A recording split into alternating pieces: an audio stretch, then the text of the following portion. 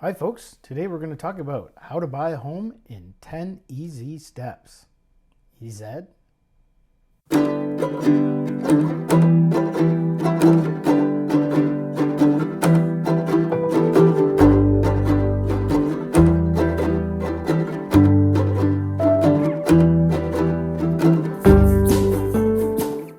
Alright, the first step is the easiest one. You want to get a realtor and a mortgage broker. Well, you can just call around or go on the internet and see what looks good. The best bet here is talk to some friends and family, see who they've used in the past, and they will be able to provide you with a good recommendation. With your mortgage broker, you want to put together an application which will help narrow down your search, and the realtor will set you up on an email list where properties that meet your criteria will be sent to you automatically. The second step is to gather documents. Documents fall into two main categories at this stage: your income and down payment. Down payment is simple enough. You want to gather up your bank statements for the last 90 days, make sure that you have it enough and where it is. And as far as income is concerned, you're looking for your most recent pay stub. You're going to have to order a job letter from your employer, as well as stuff like your old taxes, your T4s or your T1s, and any divorce agreements or separation agreements, child support agreements, anything like that. Step 3 is to get a pre-approval and rate hold. This will guarantee you a worst case scenario interest rate for up to 120 days, and the pre-approval is free, no risk, and no obligation. They will help you to understand what you can afford, which you can pass on to your realtor, and will help you confirm any additional requirements, such as if you're new to Canada, you might require some additional credit. Step 4 is to gather additional documents as necessary, as identified in your pre-approval. This could be stuff like additional proof of credit worthiness, old rental agreements, or could also include necessary actions like paying off a car loan or credit card. Step 5, now that you've got your pre-approval all set up and your rate held, you go shopping with your realtor. Get in, loser, we're going shopping. Step 6, once you've identified a prospective home, is to go ahead and make your offer. You want to do this in consultation with both your realtor and your mortgage broker, and remember to make your offers subject to financing and review of important documents like strata minutes, oil tank inspections, home inspections, those types of things. Now that you've got your offer accepted, go back to your mortgage broker with a copy of the accepted offer, as well as supporting documents like the MLS and the PDS, and get your financing firmed up. Oftentimes your mortgage broker will find a better deal for you than you had on your pre-approval, so don't be surprised if you end up with a different lender. As well, different lenders will have different requirements, so the documentation that you collected previously may not be sufficient for a new lender. Even at that, even with you stay at the same lender, sometimes they change their documentary requirements, and for a lot of documents, such as your pay stub, your job letter, your bank history, they are time sensitive, so you may have to update them. Step 8 is to review all of the documentation provided to you by the seller. This could include the strata minutes, the property disclosure statement, the depreciation report, as well as a home inspection that you might have done yourself or an appraisal.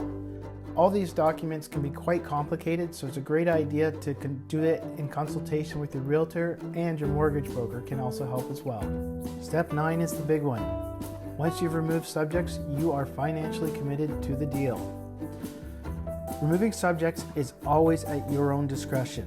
Your mortgage broker and your realtor can provide you with advice, but it's ultimately your decision. Your mortgage broker will let you know where your conditions sit with the bank.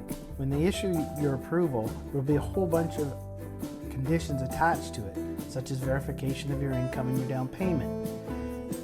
The documents that you provide to your mortgage broker are reviewed by the bank or lender, and that lender will confirm back to the mortgage broker whether they're acceptable or not. Once your mortgage broker has told you that the documents are acceptable, then you are generally safe to remove your financing condition. At the same time, you're going to want to engage with your solicitor, that is lawyer or notary, and make sure that they have a spot for you, especially if you have a very short closing.